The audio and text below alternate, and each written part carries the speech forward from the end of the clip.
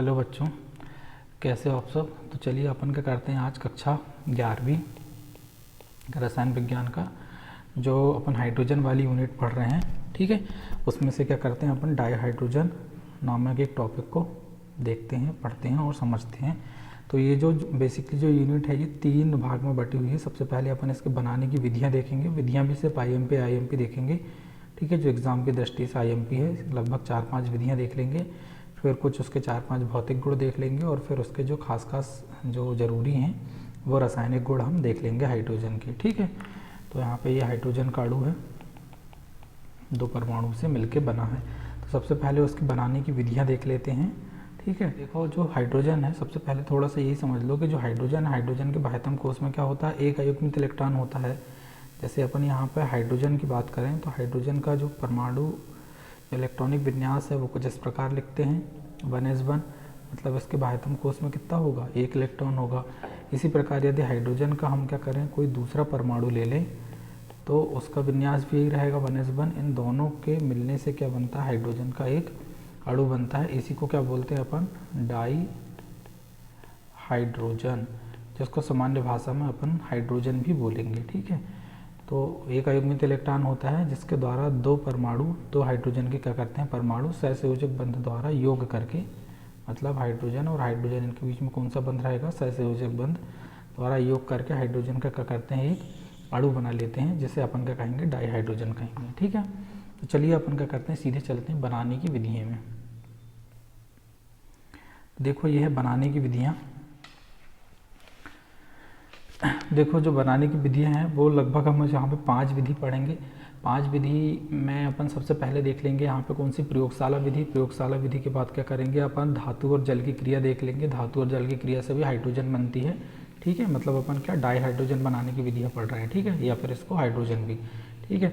तो इससे भी बन जाएगी, ठीक है। प्रयोगशाला विधि भी देख लेंगे, धातु और जल की क्रिया से भी बन जाएगी, या फिर जल और विद्युत के अपघटन द्वारा भी बन जाएगी, ठीक है, जिसको अपन वाटर हाइड्रोलिसिस बोलते हैं, उससे भी बना लेंगे।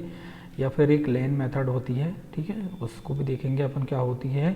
या फिर अपन हाइड्रोकार्बन द्वारा भी अपन जल को बना सकते हैं, वो भी अपन यहाँ पे देखेंगे। तो ये 5 विधियाँ हैं, अपन एक एक करके देख लेते हैं। सबसे पहले देखते हैं अपन प्रयोगशाला विधि, ठीक है। तो देखो जो अपन विधि है पहली वो है प्रयोगशाला विधि। प्रयोगशाला विधि को पढ़ते हैं। देखो अपन प्रयोगशाला विधि में बहुत आसान है, क्या करते हैं, आपको सिर्फ उतना लिखना है जो इस रेड बॉक्स के अंदर है, ठीक है। क्योंकि आपको जो कॉपी या नोट्स बनाना है इस रेड बॉक्स के अंदर जो मैं लिखूंगा सिर्फ आपको उतना लिखना है, ठीक है। इसके बाहर जो कुछ मैं भी यूज़ करूँगा वो सिर्फ समझाने के लिए रहेगा, ठीक है बच्चों। तो देखो सबसे पहले आपको सिर्फ 2 लाइन की डेफिनेशन लिखना है कि प्रयोगशाला में कैसे बनाते हैं। प्रयोगशाला में जो अपन कौन सा लेते हैं, दानेदार जिंक लेते हैं, ठीक है, और उस पर तनु सल्फ्यूरिक अम्ल की अपन क्या करते हैं, क्रिया करते हैं। तो उससे क्या हो जाता है, हाइड्रोजन गैस हमारी बन जाती है, जिसको डाईहाइड्रोजन बोलते हैं। बहुत आसान है। यहाँ पे क्या लेंगे अपन, जिंक लेंगे और यहाँ पे तनु सल्फ्यूरिक अम्ल की इससे क्रिया करा देंगे। तो हमारा क्या बन जाएगा, यहाँ पे जिंक सल्फेट बन जाएगा, ठीक है। और जो जिंक सल्फेट है जब ये बनेगा तो यहाँ पे हाइड्रोजन गैस हमारी क्या हो जाएगी, मुक्त हो जाएगी, ठीक है। तो यहाँ पे क्या होता है, जो जिंक है और ये सल्फेट आयन है, ये दोनों आपस में जुड़ जाते हैं और यहाँ पे हाइड्रोजन क्या होती है, मुक्त हो जाती है। अब देखो इसकी अपन क्या करते हैं, यहाँ पे इसकी जो प्रयोगशाला विधि है तो यहाँ पे अपन उपकरण के माध्यम से समझते हैं कि प्रयोगशाला विधि कैसे संपन्न होती है, ठीक है। तो देखो सबसे पहले अपन क्या करेंगे, यहाँ पे ये 2 मुँह वाली एक बॉटल लेंगे, ठीक है। इस बॉटल को अपन वोल्फ बॉटल भी बोलते हैं, ठीक है। इसके 2 मुंह होते हैं। तो यहाँ पे क्या होता है, इसके एक मुंह में थिसल कीप जुड़ी होती है, ठीक है, इसको बोलते हैं थिसल कीप। और दूसरे इस मुंह से क्या होती है, एक निकास नली जुड़ी होती है। क्या जुड़ी होती है, एक निकास नली, ठीक है, जो कहाँ पे खुलती है, एक गैस जार में खुलती है, जहाँ पे अपने को हाइड्रोजन गैस का करना है, एकत्रित करना है, ठीक है। और इस गैस जार को अपन क्या में एकत्रित करेंगे, जल में एक टब लेंगे जिसमें जल भरा होगा और उसमें एक उल्टा जार अपन यहाँ पे रख देंगे, उल्टा जार, जिससे यहाँ पे क्या गैस एकत्रित हो जाए और इस गैस को अपन निकाल लें। तो देखो यहाँ पे क्या करते हैं, इस जो बॉटल अपन ने लिए है 2 मुँह वाली, इसके बॉटम में क्या होता है, दानेदार जिंक को हम भर देते हैं और यहाँ पे ये थिसल कीप के माध्यम से क्या करते हैं, हम यहाँ पे अब तनु सल्फ्यूरिक अम्ल को क्या करते हैं, यहाँ पे डालते जाते हैं। जैसे ही तनु सल्फ्यूरिक अम्ल यहाँ पे जाता है ये जिंक से क्रिया करता है, ठीक है। जिंक से क्रिया करेगा कौन, तनु सल्फ्यूरिक अम्ल, और जब इनकी क्रिया होगी तो यहाँ पे क्या बन जाएगा, जिंक सल्फेट का विलयन। जो जिंक सल्फेट है वो यहाँ पे एकत्रित होते जाएगा, लेकिन जो यहाँ पे हाइड्रोजन गैस बन रही थी वो जो हाइड्रोजन गैस है यहाँ पे खाली जगह में एकत्रित होते जाएगी, जो इस निकास नली से निकलकर कहाँ पहुँच जाएगी, इस गैस जार में, और वहाँ पे एकत्रित हो जाएगी। तो ये इसका एक उपकरण है, ये प्रयोगशाला में इसी विधि द्वारा बनाई जाती है। ठीक है, चलिए दूसरी विधि में चलते हैं। देखो दूसरी विधि में क्या है, हम क्या करेंगे, धातु एवं जल की क्रिया से भी हम इसको बना सकते हैं। ठीक है, तो जनरली क्या होता है, जब हम कोई धातु लें और धातु की क्रिया हम किससे कर दें, जल से कर दें, ठीक है, तो भी क्या होती है, यहाँ पे धातु हाइड्रोक्साइड बनते हैं। ठीक है, और साथ में हमको हाइड्रोजन गैस भी देखने को मिल जाती है। ठीक है, तो यहाँ पे कुछ एग्जाम्पल हैं, आप देखो यहाँ पे 3 एग्जाम्पल हैं, तीनों अलग अलग टाइप के एग्जाम्पल है, समझो कैसे। तो जब हम यहाँ पे सोडियम लेंगे और इसकी जल से क्रिया करेंगे, सोडियम क्या है, एक धातु है, और इसकी क्रिया किससे करना है अपने को, जल से, तो सोडियम हाइड्रोक्साइड मिल जाएगा और यहाँ पे हाइड्रोजन गैस मुक्त हो जाएगी। तो कुछ धातुएं जो रहती हैं वो सिर्फ साधारण जल से या ठंडे जल से भी क्या कर लेंगी, क्रिया कर लेंगी। जैसे यहाँ पे सोडियम है, ठीक है, सोडियम है, पोटेशियम है और कैल्शियम है। ठीक है, तो वो आसानी से यहाँ से क्रिया कर लेंगे और क्या बना लेंगे, यहाँ पे सोडियम हाइड्रोक्साइड या पोटेशियम हाइड्रोक्साइड या कैल्शियम हाइड्रोक्साइड बना लेंगे और हाइड्रोजन गैस यहाँ पे मुक्त हो जाएगी। ठीक है, लेकिन कुछ धातुएं ऐसी हैं जो गर्म या ऊष्मा युक्त वाटर से ही क्रिया करेंगे, ठंडे जल से क्रिया नहीं करते। ठीक है, तो ऐसी धातुएं हैं, जैसे यहाँ पे हम बात कर रहे हैं मैग्नीशियम की, ठीक है, जिंक की या एल्यूमिनियम की। ठीक है, तो ये क्या करती हैं, गर्म जल से ही क्रिया करती हैं। ठीक है, और यहाँ पे क्या बन जाएगा, यहाँ पे मैग्नीशियम हाइड्रोक्साइड बन जाएगा। चूँकि जो मैग्नीशियम है इसके भाइतम कोश में कितने इलेक्ट्रॉन रहते हैं, 2, तो ये क्या बनाता है, Mg2+ आयन बनाता है, इसलिए 2 OH आयन से जोड़ेगा और क्या बना जाएगा, MgOH2। यदि यहाँ पे एल्यूमिनियम रहता तो क्या बन जाता है, यहाँ पे एल्यूमिनियम रहता तो यहाँ पे बनता AlOH, क्योंकि एल्यूमिनियम के भाइतम कोश में 3 इलेक्ट्रॉन हैं। ये जब अपन जोड़ना सीखेंगे तो पढ़ लेंगे। ठीक है, अब यहाँ पे देखो थर्ड एग्जांपल है Fe आयरन का, ये जल के साथ क्रिया करेगा तो भी ये यहाँ पे क्या बन जाएगा, इसका ऑक्साइड बन जाएगा और हाइड्रोजन गैस मिल जाएगी। तो तीनों ही केस में हमको हाइड्रोजन गैस मिल रही है। लेकिन यहाँ पे जो आयरन है ये क्या होती है, अक्रियाशील धातु होती हैं, मतलब बहुत अधिक यहाँ पे टेम्परेचर में ही ये किससे क्रिया करेंगी, जल से क्रिया करेंगी। तो यहाँ पे 727 डिग्री सेल्सियस पे क्रिया कर रही हैं। इसके जैसे और भी धातु हैं, जैसे आयरन है, ठीक है, निकेल है या टिन है, ये सभी बहुत अधिक ताप पर ही क्रिया करेंगी। ठीक है, तो ये है तीनों। तो आपको सिर्फ यहाँ पे इस जो रेड बॉक्स के अंदर है वो लिखना है, इतना आपको बहुत ज़्यादा नहीं लिखना है यहाँ पे। ठीक है, इस रेड बॉक्स के अंदर जो है आपको 2-3 एग्जाम्पल लिखना है। या तो क्या कर सकते हो आप, यहाँ पे सिर्फ धातु जल के साथ क्रिया करके हाइड्रोजन मुक्त करती हैं, ये लिख के सिर्फ ये 2 एग्जाम्पल आप लिख सकते हो। ठीक है, आपके बोर्ड की दृष्टि से, मतलब एग्जाम में लिखने की दृष्टि से पर्याप्त है। वैद्युत अपघटन या हाइड्रोलिसिस ऑफ वाटर, तो आपको पता है जल तो कैसा होता है, कुचालक होता है, तो इसका जल अपघटन कैसे होगा, तो बहुत आसान है। देखो यहाँ सबसे पहले इसकी डेफिनेशन पढ़ लेते हैं कि जो शुद्ध जल है वो क्या होता है, कुचालक होने के कारण इसका वैद्युत अपघटन नहीं हो पाता। लेकिन जल में थोड़ी सी मात्रा में हम क्या करें, अम्ल या क्षार मिला दें तो वो क्या हो जाएगा, अपने आयनों में टूट जाएगा जल। ठीक है, जैसे अभी अपन एग्जाम्पल देखेंगे तो समझ में आ जाएगा। ठीक है, आयनों में टूट जाएगा और फिर वैद्युत अपघट हो जाता है जल, और फिर वैद्युत अपघटन से कैथोड पर क्या करते हैं, हमको हाइड्रोजन गैस प्राप्त हो जाती है। ठीक है, और एनोड पर क्या मिलेगी, हमको ऑक्सीजन गैस। लेकिन चूंकि हम हाइड्रोजन बनाने की विधियाँ पढ़ रहे हैं तो हम सिर्फ इसी को मेंशन करेंगे। ठीक है, आपको ये लिखना है, ये रेड बॉक्स, और इस रेड बॉक्स के अंदर जो आएगा वो भी लिखना है। देखो यहाँ पे ये एक उपकरण दिखता होगा, ये विद्युत अपघटनी उपकरण है। तो यहाँ पे क्या होता है, इधर साइड एक बैटरी से हम इनको जोड़ देते हैं। यहाँ पे क्या रहेगी, बैटरी रहेगी। बैटरी का एक धन सिरा होता है, ठीक है, एक धन सिरा रहेगा और एक रहेगा ऋण सिरा। ठीक है, ऋण सिरा जो कि ये वैद्युत अपघटनी सेल के सिद्धांत पे काम कर रहा है, तो इसका जो ऋण सिरा है वो हमेशा कौन सा रहेगा, कैथोड का। ठीक है, और यहाँ पे ये रहेगा एनोड। एनोड हमेशा यहाँ पे पॉजिटिव चार्ज रहेगा। तो एनोड में हमेशा ऑक्सीजन इकट्ठी होती है और कैथोड में हाइड्रोजन। ठीक है, अभी देखते हैं कैसे। ठीक है, तो यहाँ पे क्या करते हैं, हम जल लेते हैं, ठीक है। लेकिन चूंकि जल क्या है, वैद्युत का कुचालक है, इसलिए हम थोड़ी सी मात्रा में यहाँ पे क्षार मिला देते हैं, ठीक है, या फिर थोड़ी सी मात्रा में अम्ल भी मिला देंगे, ठीक है। तो ये क्या हो जाएगा, जो जल है वो किस में टूट जाएगा, अपने आयनों में टूट जाता है। देखो कैसे, जो जल है यदि यहाँ पे हम मिला दें इसको कुछ थोड़ी सी मात्रा में अम्ल क्षार, तो यहाँ पे जो जल है वो अपने H+ आयन और OH- आयनों में आसानी से टूट जाएगा, ठीक है। जैसे ही यहाँ पे आयन बन जाएंगे तो यहाँ पे देखो कैथोड में क्या होगा। अब देखो कैथोड में हमेशा कौन सी क्रिया होती है, अपचयन की। कैथोड में हमेशा कौन सी क्रिया होगी, अपचयन की, ठीक है। और अपचयन का मतलब क्या होता है, इलेक्ट्रॉन ग्रहण करना, ठीक है, इलेक्ट्रॉन ग्रहण करना। तो देखो यहाँ पे क्या होगा, जो हाइड्रोजन के जो H+ आयन बने हैं ये इलेक्ट्रॉन ग्रहण करेंगे और किस में परिवर्तित हो जाएंगे, H में, ठीक है। और जब एक हाइड्रोजन का परमाणु दूसरे हाइड्रोजन के परमाणु से जुड़ जाएगा तो क्या बना लेगा, H2 गैस बना लेगा, जो कहाँ पर एकत्रित हो रही है, कैथोड में। क्योंकि कैथोड यहाँ पे कौन सा चार्ज है, यहाँ पे नेगेटिव चार्ज, और हाइड्रोजन में कौन सा चार्ज आ रहा है, पॉजिटिव। तो ये अपोजिट चार्ज होने के कारण कहाँ पे एकत्रित हो रही है, हाइड्रोजन यहाँ पे एकत्रित हो रही है, ठीक है। अब देखो यहाँ पे इसका काम तो हो गया H+ का, अब OH आयन का देखते हैं। देखो अब क्या करते हैं अपन, यहाँ पे एनोड की अभिक्रिया देखते हैं। तो एनोड अभिक्रिया में क्या होता है, ऑक्सीकरण होगा, ठीक है। और ऑक्सीकरण का मतलब होता है इलेक्ट्रॉन त्यागना। जैसे अपचयन में क्या होता है, इलेक्ट्रॉन ग्रहण करना, इसलिए यहाँ पे इसका क्या हो जाएगा, इलेक्ट्रॉन त्यागना, ठीक है। तो इलेक्ट्रॉन कौन त्यागेगा, यहाँ पे OH- आयन जो बना है। तो यहाँ पे जो OH- आयन है ये क्या करेगा, अपना एक इलेक्ट्रॉन त्याग कर किस में परिवर्तित हो जाएगा, OH में।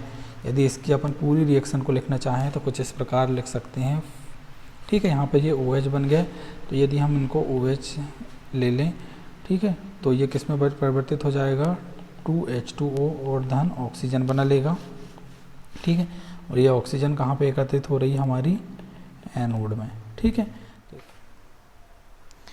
ठीक है, अगला देखें अपन यहाँ पे लेन विधि, ठीक है। तो लेन प्रोसेस में क्या होता है, देखो यहाँ पे एक आपको उपकरण दिखता होगा। तो यहाँ पे ये क्या होता है, एक रिटार्ड होता है, ठीक है। यहाँ पे हम क्या करते हैं, छोटे छोटे लोहे के टुकड़े भर देते हैं, ठीक है। लोहे के यहाँ पे छोटे छोटे टुकड़े ऑटोमेटिक रहते हैं। तो यहाँ पे क्या देखो, इस विधि में लोहे के क्या होता है, यहाँ पे छोटे छोटे टुकड़ों को रिटार्ड में भर देते हैं और रिटार्ड को कितने डिग्री सेल्सियस पर गर्म करेंगे, 600 से 800 तक गर्म करेंगे डिग्री सेल्सियस तक। और फिर क्या करेंगे, यहाँ पे हम दो चीज़ें प्रवाहित करते हैं। एक तो यहाँ पे भाप में क्या होता है, यहाँ पे H2O, ठीक है, और जल वाष्प प्रवाहित करते हैं, जिससे हाइड्रोजन गैस हमको क्या होगी, प्राप्त होगी। तो देखो यहाँ पे क्या होगा कि ये जो जल वाष्प यहाँ पे हम रिटार्ड में भेज रहे हैं उससे यहाँ पे क्या होगा, ठीक है। जैसे कि मैंने बताया रिटार्ड में क्या एकत्रित है, यहाँ पे आयरन, ठीक है। और आयरन से जो जल वाष्प मिल रहा है, मतलब भाप मिल रही है, वो उससे क्रिया कर लेगा। तो यहाँ पे क्या बना लेगा, मैग्नेटिक ऑक्साइड बना लेगा, ठीक है। लेकिन इससे हमको कोई लेना देना नहीं है। मैग्नेटिक ऑक्साइड के बाद यहाँ पे क्या बन जाएगा, यहाँ पे हमारी हाइड्रोजन बन जाएगी, ठीक है। तो यदि इसको हम यहाँ पे संतुलित करें तो कुछ इस प्रकार हो जाएगा, ठीक है। तो यहाँ पे मैग्नेटिक ऑक्साइड हो जाएगा। तो सिर्फ आपको इतना लिख देना है, ये डायग्राम भी आपको नहीं बनाना है, ठीक है। यदि पूछा जाएगा तो बनाना, नहीं तो नहीं बनाना, ठीक है। सिर्फ आपको 2 लाइन की डेफिनेशन लिख के यहाँ पे ये लिख देना है, ठीक है। अब यहाँ पे जो मैग्नेटिक ऑक्साइड बनते जाएगा, लोहे जो पूरा है, जो आयरन चून है, वो पूरा मैग्नेटिक ऑक्साइड में परिवर्तित हो जाएगा। तो यहाँ पे ये क्रिया होनी बंद हो जाएगी। इसलिए क्या करते हैं हम, यहाँ पे वाटर गैस को भी प्रवाहित करते हैं साथ में। तो वाटर गैस का यहाँ पे काम देख लेते हैं। तो देखो यहाँ पे जो वाटर गैस है वो क्या करेगी, यहाँ पे जो मैग्नेटिक ऑक्साइड बना है तो CO धन H2, इसको बोलते हैं अपन क्या, वाटर गैस। तो वाटर गैस का काम क्या रहेगा, इसको पुनः किस में परिवर्तित कर देगी वो, ठीक है, लोहे में या आयरन में परिवर्तित कर देगी। और यहाँ पे जो वाटर गैस है वो कार्बन डाइऑक्साइड और जल में परिवर्तित हो जाएगी। ठीक है, इससे ऑक्सीजन लेके ये क्या हो जाएंगे, ऑक्सीकृत हो जाएंगे। तो और फिर से जो यहाँ पे जो लोहा बन गया है वो पुनः क्या करेंगे, भाप से क्रिया करेगा। ठीक है, किससे क्रिया करेगा, यहाँ पे भाप से या जल वाष्प से क्रिया करेगा। ठीक है, और पुनः क्या बन जाएगा यहाँ पे, मैग्नेटिक ऑक्साइड, और पुनः क्या बन जाएगा यहाँ पे, हमारा यहाँ पे हाइड्रोजन गैस प्राप्त हो जाएगी। ठीक है, तो ये क्रिया है। देखो अगला, देखो यहाँ पे किससे बनाते हैं अपन, हाइड्रोकार्बन से बना सकते हैं, ये जो आधुनिक विधि है। तो यहाँ पे कुछ नहीं करते, यहाँ पे जो प्राकृतिक गैसें जो भी रहती हैं ना, ठीक है, प्राकृतिक गैसों के आंशिक ऑक्सीकरण से हम हाइड्रोजन प्राप्त करते हैं। जैसे यहाँ पे मीथेन है, मीथेन की क्रिया किससे करेंगे, जल से, और यहाँ पे निकल या फिर क्रोमियम लेंगे जो किसका काम करते हैं, उत्प्रेरक का। तो यहाँ पे क्या बन जाएगा, यहाँ पे कार्बन मोनोऑक्साइड बन जाएगा यहाँ पे, और यहाँ पे हाइड्रोजन गैस हमको मिल जाएगी। ठीक है, इसी प्रकार यहाँ पे ब्यूटेन ले लें। ठीक है, ब्यूटेन की क्रिया भी किससे करेंगे, हम जल से करेंगे। ठीक है, निकेलियम क्रोमियम उत्प्रेरक की उपस्थिति में, तो हमको फाइनली यहाँ पे हाइड्रोजन प्राप्त हो जाएगी। चलिए आगे बढ़ते हैं, देखते हैं अपन डाईहाइड्रोजन के भौतिक गुण। ठीक है, क्या होते हैं। ठीक है, तो बहुत आसान है। देखो यहाँ पे पहला भौतिक गुण देखते हैं कि जो डाईहाइड्रोजन, हाइड्रोजन ही ये ज्ञात गैसों में सबसे हल्की गैस है। ठीक है, क्योंकि इसका सबसे कम परमाणु क्रमांक और सबसे कम परमाणु द्रव्यमान होता है, इसलिए सबसे हल्का रहेगा। ठीक है, लिटमस पेपर जो रहता है उसके प्रति क्या है, उदासीन है, अर्थात ये तो ना तो अम्लीय होती है ना तो क्षारीय होती है। क्या करता है, उच्च दाब एवं निम्न दाब पर द्रवित कर सकते हैं इसको। जो हाइड्रोजन गैस है इसको हम लिक्विड में परिवर्तित कर सकते हैं, द्रव में, लेकिन यहाँ पर बहुत ज़्यादा उच्च दाब और निम्न ताप की ज़रूरत हमको लगेगी। ठीक है, या फिर चौथा इसका भौतिक गुण देखें कि यहाँ पे यह गैस क्या होती है, रंगहीन होती, मतलब इसका कोई कलर नहीं होता, गंधहीन मतलब कोई स्मेल नहीं होती, कोई ऑर्डर नहीं होता इसका, एवं स्वादहीन भी होती है। ठीक है, कुछ धातुएं जैसे प्लेटिनम और प्लेडिनम आदि क्या करते हैं, हाइड्रोजन का अधिधारण कर लेती हैं। देखो जो प्लेटिनम और प्लेडिनम जो धातुएं हैं, यदि इनको उच्च ताप पर इसमें हाइड्रोजन गैस प्रवाहित की जाती है तो इनका वहाँ पे अधिशोषण हो जाता है और बाद में उससे ये चिपक जाती हैं, निकलते नहीं हैं, उसी को बोलते हैं हाइड्रोजन का अधिधारण, मतलब उसी में सेट हो जाती हैं। इसके कुछ भौतिक गुण हैं ये, अरे ये आते नहीं है एग्जाम में, हम मेन पढ़ेंगे यहाँ पे रासायनिक गुण। तो जो रासायनिक गुण है ये परीक्षा की दृष्टि से IMP हैं। ठीक है, तो जो पहला है यहाँ पे रासायनिक गुण वो है दहनशीलता। ठीक है, दूसरा पढ़ेंगे हम अधातुओं के साथ क्रिया, थर्ड पढ़ेंगे धातुओं के साथ क्रिया, और फिर अंत में देखेंगे कार्बनिक यौगिकों के साथ क्रिया। तो जो अधातु हैं, अधातु बहुत टाइप से क्रिया करेंगी, जैसे ये हैलोजन के साथ क्रिया कर लेगी। ठीक है, हैलोजन मतलब यहाँ पे फ्लोरीन, क्लोरीन, ब्रोमीन या आयोडीन, या फिर नाइट्रोजन के साथ इनकी क्रिया हो जाएगी, या फिर ऑक्सीजन के साथ क्रिया हो जाएगी, या फिर कार्बन के साथ इनकी क्रिया हो जाएगी। ये सभी अधातुएँ हैं। ठीक है, तो एक एक करके हम देख लेते हैं। देखो यहाँ पे क्या होती है, दहनशीलता का मतलब होता है ऑक्सीजन की उपस्थिति में इसको जलाना। ठीक है, तो क्या होगा, हाइड्रोजन बहुत अधिक क्या है, दहनशील गैस है, जो हवा या ऑक्सीजन के साथ जलकर क्या बनाता है, पानी बनाता है। बहुत सिंपल सी रिएक्शन है ये तो। ठीक है, यहाँ पे जो हाइड्रोजन है ये किसके साथ रिएक्शन करेगा, ऑक्सीजन के साथ। ऑक्सीजन के साथ जलकर क्या बना लेगा, यहाँ पे वाटर बना लेगा, जल बना लेगा। जो बी रिएक्शन है वो क्या है, अधातुओं के साथ रिएक्शन। ठीक है, तो जो पहली रिएक्शन अपन किसके साथ देख रहे हैं, हैलोजन के साथ। ठीक है, तो जब जो हैलोजन के साथ क्रिया करेगी तो क्या बनाएगी, हाइड्रोजन के साथ, हाइड्रोजन हैलोजन के साथ क्रिया करके क्या बना लेती है, हाइड्रोहैलिक अम्ल। जैसे यहाँ पे HCl बना तो हाइड्रोक्लोरिक अम्ल, HBr बना तो हाइड्रोब्रोमिक अम्ल। ठीक है, हाइड्रोआयोडिक अम्ल, इस प्रकार से हाइड्रोहैलिक अम्ल बना लेती है। जैसे अपन यहाँ पे एक एग्जाम्पल देखें कि यदि यहाँ पे हाइड्रोजन है, यदि ये किससे रिएक्शन करे, फ्लोरीन से, तो यहाँ पे क्या बन जाएगा, यहाँ पे 2HF, और यहाँ पे क्या होगा, विस्फोटक क्रिया होगी। ये विस्फोटक क्रिया क्यों होगी, क्योंकि जो फ्लोरीन है ये बहुत अधिक रिएक्टिव होता है। ठीक है, बहुत अधिक रिएक्टिव होने के कारण ये बहुत जल्दी से हाइड्रोजन से क्रिया कर लेगा और विस्फोटक क्रिया ये होगी। या फिर यहाँ पे ये क्लोरीन के साथ रिएक्शन कर ले।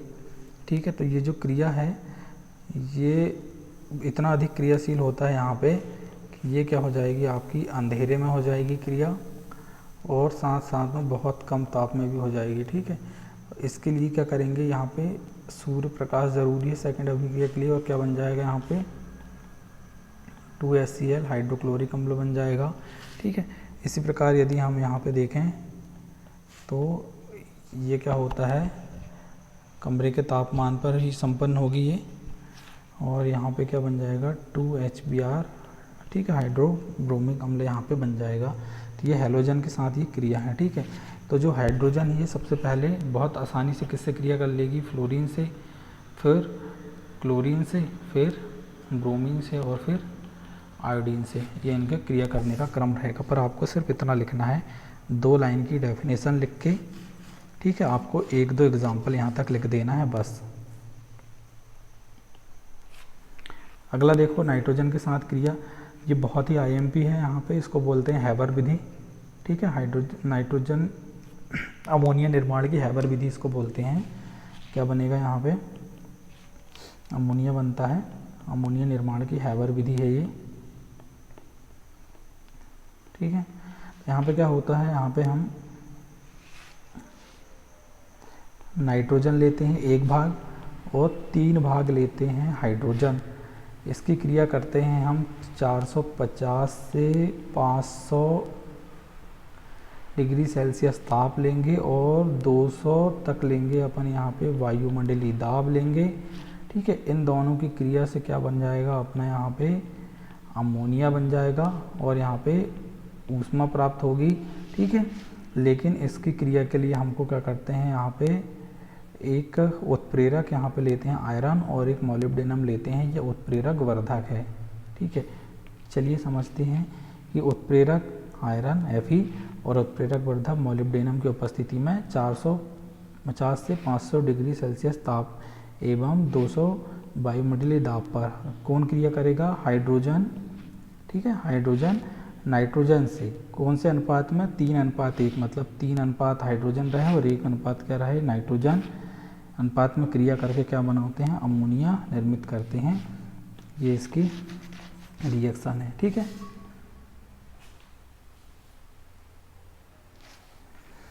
अगली अभिक्रिया देखो किससे होती है, ऑक्सीजन से। तो ऑक्सीजन से क्या होगा, यहाँ पे भी हमने ये रिएक्शन अभी पहले पढ़ चुके हैं, जल बनता है। ठीक है, हाइड्रोजन और ऑक्सीजन दहनशीलता में, ठीक है, 970 केल्विन ताप पर होगा और यहाँ पे जल बन जाएगा। अगली अभिक्रिया है कार्बन के साथ क्रिया। तो क्या होगा यहाँ पे कार्बन के साथ क्रिया में, देखो यदि कार्बन लें और इसकी अभिक्रिया हम किससे कर दें, हाइड्रोजन से, तो यहाँ पे मीथेन बन जाएगा। ठीक है, या फिर कार्बन की अभिक्रिया हम यहाँ पे कर दें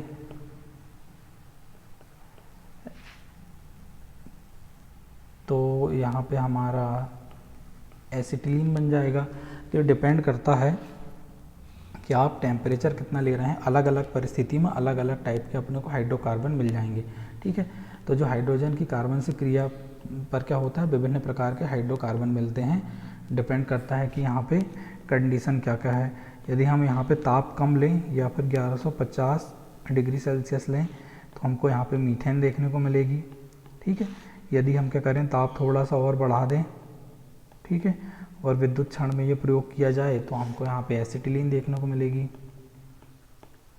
ठीक है, तो जैसी जैसी कंडीशन या परिस्थिति बदलती जाएगी, यहाँ पे मिलने वाले जो हाइड्रोकार्बन है वो अलग अलग होते जाएंगे। ठीक है, यहाँ पे ब्यूटेन भी बनाया जा सकता है, ठीक है, प्रोपेन भी बनाया जा सकता है, तो ये सब अलग अलग टाइप से बनते जाएंगे।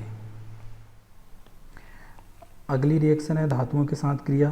तो ये धातुओं के साथ क्रिया से अपन ने ये पढ़ चुके हैं, जो हाइड्राइड वाला वीडियो है ना, वो अपन ने पढ़ चुके हैं कि हाइड्रोजन क्या होती है, तीव्र धन विद्युतीय धातु जैसे सोडियम, पोटेशियम, कैल्शियम आदि के साथ क्रिया करके क्या बनाएगी, यहाँ पे हाइड्राइड बनाएगी। ये अपन ने पढ़ चुके हैं। जैसे लिथियम हाइड्रोजन से क्रिया करके क्या बना रही थी, यहाँ पे लिथियम हाइड्राइड, या यहाँ पे देखें अपन पोटेशियम, ठीक है, या फिर कैल्शियम ले लें, कैल्शियम के साथ क्या बनाएगी, ये कैल्शियम हाइड्राइड। ठीक है, या फिर मैग्नीशियम है, मैग्नीशियम के साथ भी हाइड्रोजन क्या बना रही थी, यहाँ पे मैग्नीशियम हाइड्राइड। ठीक है, तो ये भी अपन ने यहाँ पे बहुत अच्छे से पढ़ चुके थे पुराने वीडियो में। अगला देखो कि कार्बनिक यौगिकों के साथ क्रिया। ठीक है, तो यहाँ पे जो कार्बनिक यौगिकों के साथ जो हाइड्रोजन है, ये मेनली बहुत आईएमपी रिएक्शन करता है, जिसको हाइड्रोजनेशन अभिक्रिया, हाइड्रोजनेशन अभिक्रिया, हाइड्रोजनीकरण अभिक्रिया बोलते हैं। ठीक है, तो इसमें क्या होता है, जो हाइड्रोजन है, जो असंतृप्त हाइड्रोकार्बन है, उनके साथ क्या होता है, ये जाके जुड़ते जाता है। जैसे यहाँ पे पढ़ें अपन इसको, तो क्या होता है, निकिल चूर्ण की उपस्थिति में असंतृप्त हाइड्रोकार्बन के साथ क्रिया करके संतृप्त हाइड्रोकार्बन बनाता है। ये संतृप्त हाइड्रोकार्बन ले लें, जैसे यहाँ पे एसिटिलीन ले लें। क्या है ये, एसिटिलीन है। इसकी अभिक्रिया किससे कर दें अपन, हाइड्रोजन से कर दें, निकिल चूर्ण की उपस्थिति में, जो एक उत्प्रेरक है। ठीक है, तो यहाँ पे एक हाइड्रोजन इसको मिल जाएगा और एक हाइड्रोजन इसको मिल जाएगा, तो क्या बन जाएगा, CH2 डबल बॉन्ड CH2, मतलब यहाँ पे थोड़ा सा ये संतृप्त हो गया, एक बॉन्ड टूट गया और यहाँ पे हाइड्रोजन और हाइड्रोजन यहाँ पे जुड़ गए, तो यहाँ पे क्या बन जाएगा, ये एथिलीन बन जाएगा।